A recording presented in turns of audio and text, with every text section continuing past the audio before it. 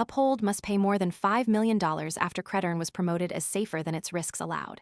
In the New York story, the pressure point is simple. Crypto yield marketing can turn into a consumer protection case when risk, insurance, and registration are not clear. The product was presented through Uphold between January 2019 and October 2020, then Cred's lending losses and bankruptcy left customers exposed. The viewer should not treat the number alone as the whole story, because the useful part is who is exposed, what mechanism created the pressure, and which signal shows whether the issue moves from claim to follow-through.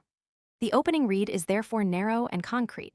More than $5 sets the scale, while refund emails tells us what would make the next stage visible. That framing keeps Credern's settlement tied to evidence instead of excitement.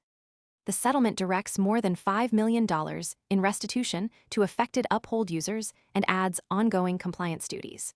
Credern returns were tied to microloans to low-income video game players in China, a funding source users were not told about.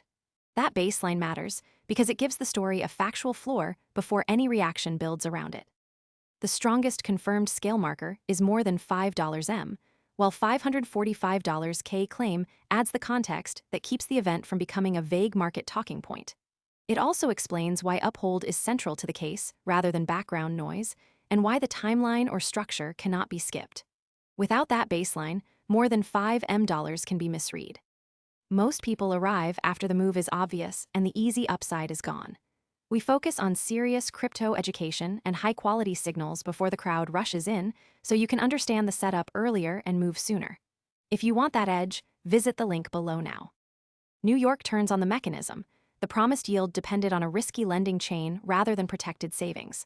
If borrowers or the lending company failed, customers could lose access even if the app presentation looked simple. That is where a surface event becomes more than a headline.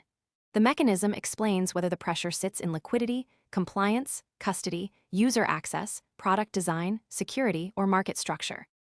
In practical terms, the link between yield risk and restitution is what makes the outcome matter beyond a single announcement or price move. That is the piece viewers can actually monitor.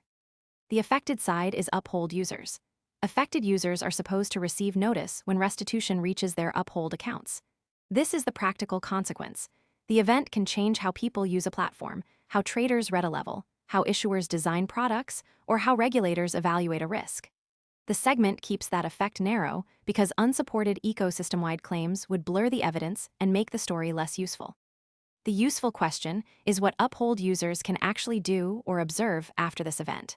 The consequence is concrete only where that group is involved.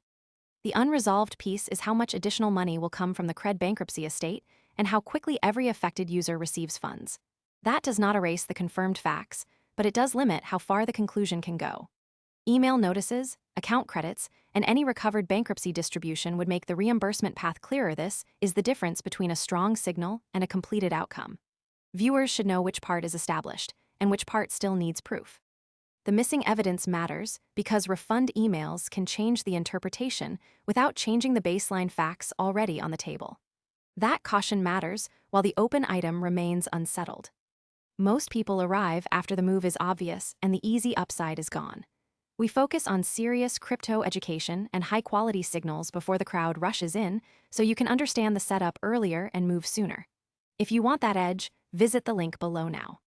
The next signal is customer reimbursement notices and compliance follow-through. For New York, that matters because they show whether the settlement becomes real relief rather than only a headline payment. If that signal appears, the story can move into its next phase. If it does not, the event remains important but unfinished. The clean way to follow it is to track that trigger, not to assume the ending before the evidence arrives. The final readout is intentionally specific. Refund emails is the point where follow-through can be judged. Everything else is context until that signal changes.